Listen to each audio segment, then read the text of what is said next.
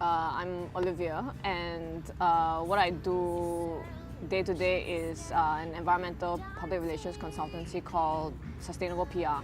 And what I do is offer public relations services to small and medium enterprises. That's my day job, and then on the side I run Green Drink Singapore, which is a movement that is internationally recognized. Singapore is one of more than 750 cities in the world that have one, and the whole aim is really to bring people together in the environmental sector to exchange knowledge and to collaborate on different projects.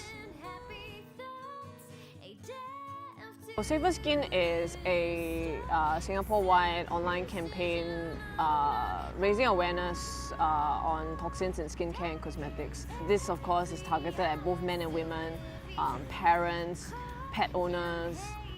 In Singapore itself, the personal care and beauty industry is worth $973 million. So I felt that when you're spending so much money on your skin and health, you should really be putting your money in the right place.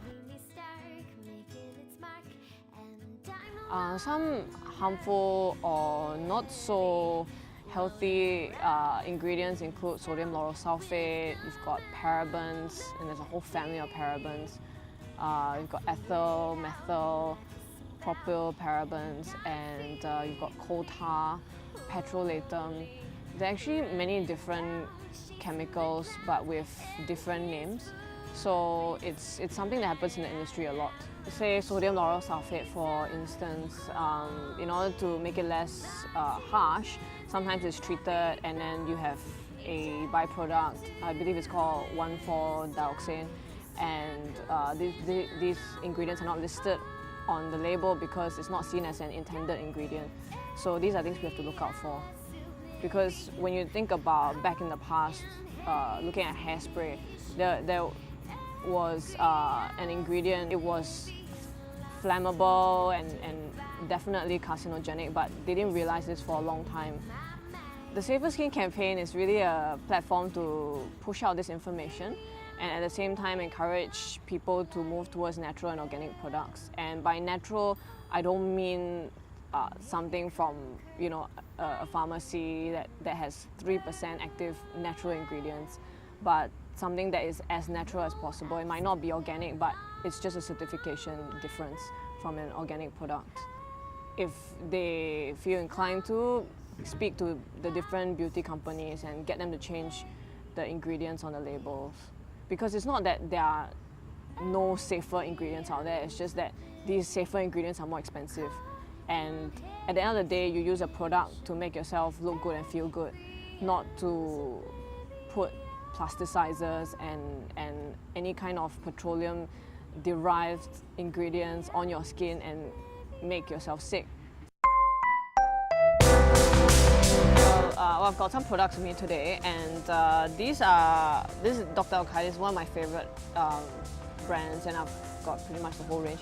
And so this is an organic brand. At the same time, they use a lot of what they call wild-crafted ingredients, so they pick it from the wild and they know it's not been tainted with use of pesticides or fertilizers.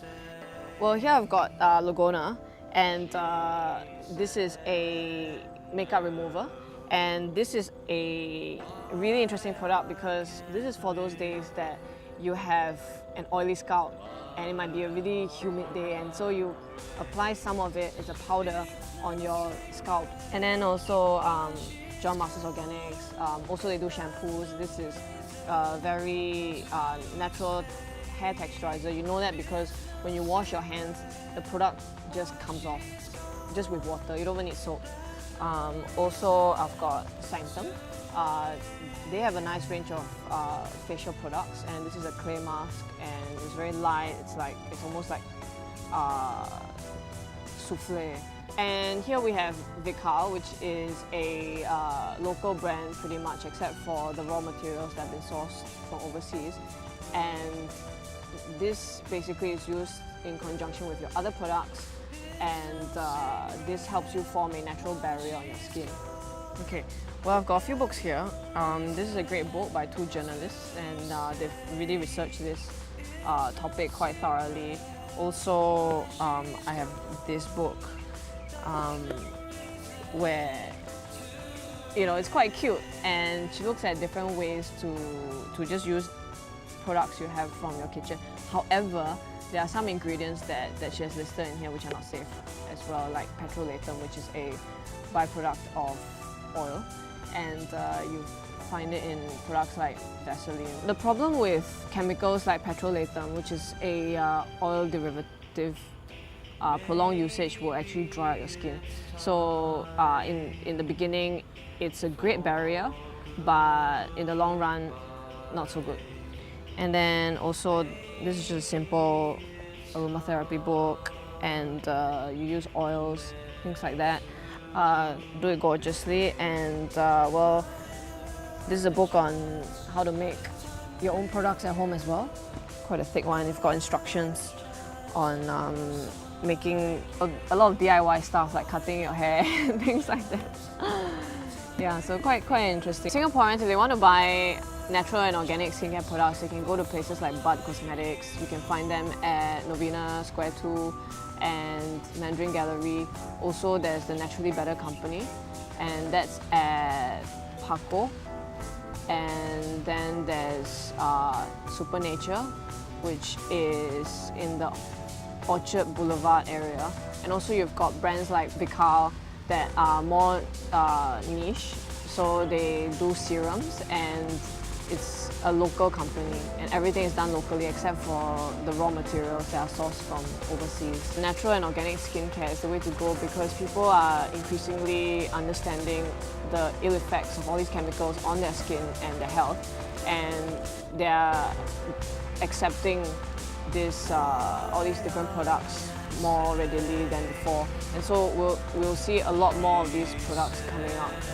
Ideally, I hope to see people buying only organic and natural products, because this is what we want for ourselves when we buy a product. We want something that's healthy and that's safe. We shouldn't compromise on something like this.